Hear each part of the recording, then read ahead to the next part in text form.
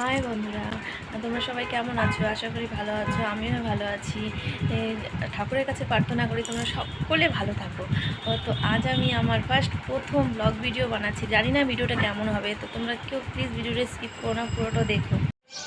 তো আমি আজকে একটা জিনিস নিয়েছি, তো সেটাই আজকে আমি তোমাদের সাথে শেয়ার করব। আর সেটাই আমি তোমাদের কাছে আজকে দেখাবো যে আমি কিনেছি। তো সেটা আনতে তোমার দাদাভাই গিয়েছিল, তো সেটা নিয়ে চলে আসছে। তো আজকে আমি তোমাদেরকে সেটাই দেখাচ্ছি যে আমি কী নিয়েছি। তো আজকে আমি এই গাড়িটা কিনেছি। তো দেখো, এই টোটোটা আমি আজকে কিনে নিয়ে আসলাম। তো এই টোটোটা নতুন না, তো টোটোটা পুরানো। হ্যাঁ, তো দেখো তোমরা সবাই গাড়িটা।